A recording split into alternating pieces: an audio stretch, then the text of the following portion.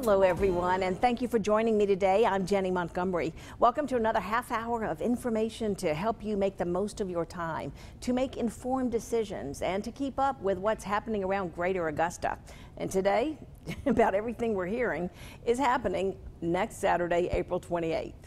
What do boys need, and how are boys needed in the world? Why are they falling so far behind in education and life skills? What do boys need from their moms and dads and grandparents as they grow? The Helping Christian Boys Thrive Summit is coming to North Augusta on April 28th. We'll learn a lot more from Steve Swanson of WAFJ Radio. Also, the Beach Island Historical Society's tour and barbecue is coming up that day. Jackie Bartley, the Society's president, will give us all the details a little bit later. But first, though, Renza Bing has written, produced, and directed an upcoming play called Closet Confession. It tackles a lot of heavy subjects like domestic violence, bullying, and mental illness.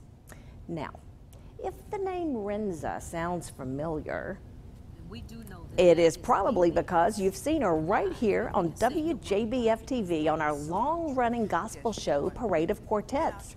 Renza co-hosts a segment, and she's also the founder of Za'nee Entertainment, which specializes in theater productions, stage management, and talent empowerment. And maybe you remember her awesome performance years ago on Sally.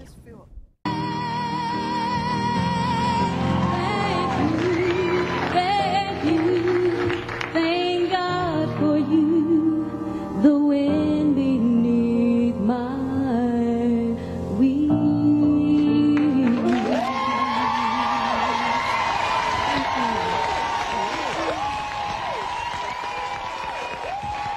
And here she is today, Renza Bing, who is the founder of Za'nee Entertainment. So, Renza, I have to ask you first of all, was that like a surprise that your daughter, what did you say it was like 10 years ago? Yes. Well, it was longer than 10 years, but she was 10 years old. Oh, she was 10 at the time. Oh, so yes. It's like 17 years ago. Right. Yes. Okay. So she contacted the Sally show? Yes. They were doing a segment. I think it was Sally Help My Mom or My Parent to Be Famous or something on those lines. Okay. Yes.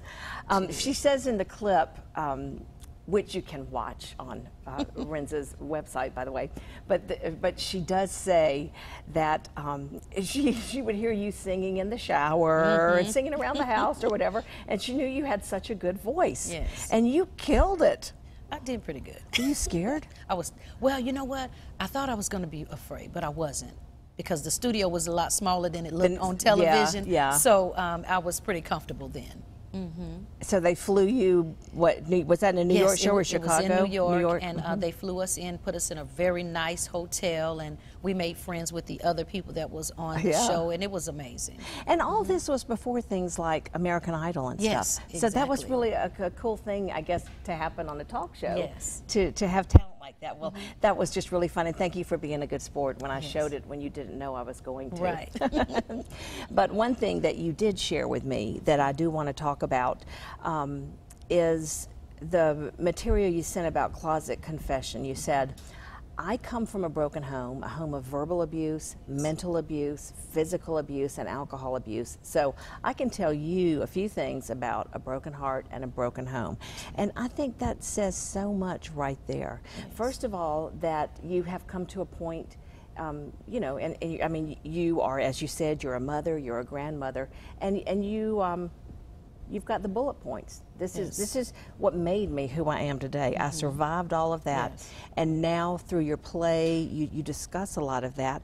But take me back to what your childhood was like.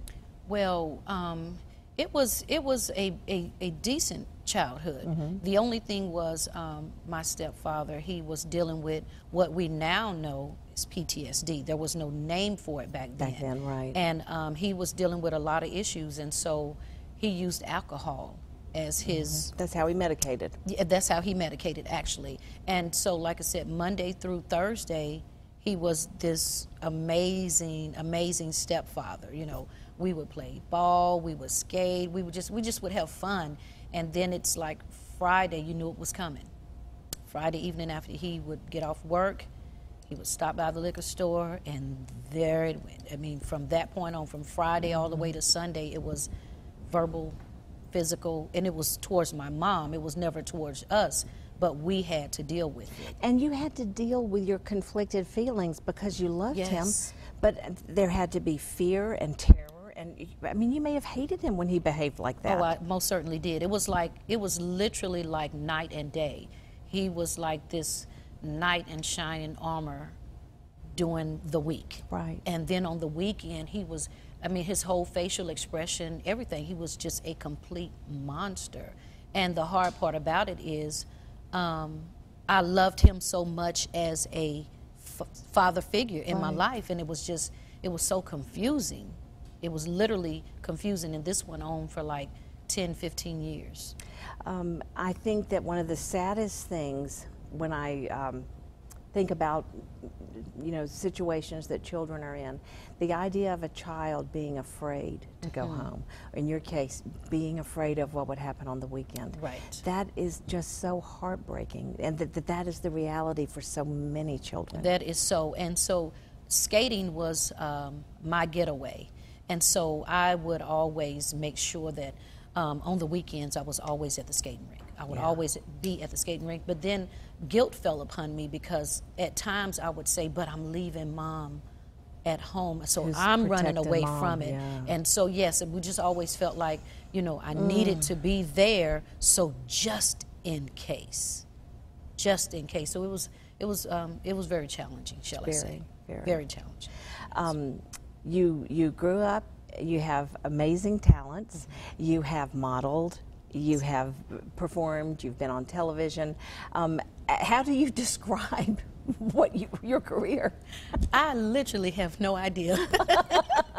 I mean, a jack of all trades, and I guess probably a master of none. I mean, I just, because it's so many different things. So I'll say to my kids, I know a little bit about many things, but I don't know a lot about anything. And that's exactly where I fall in, you know.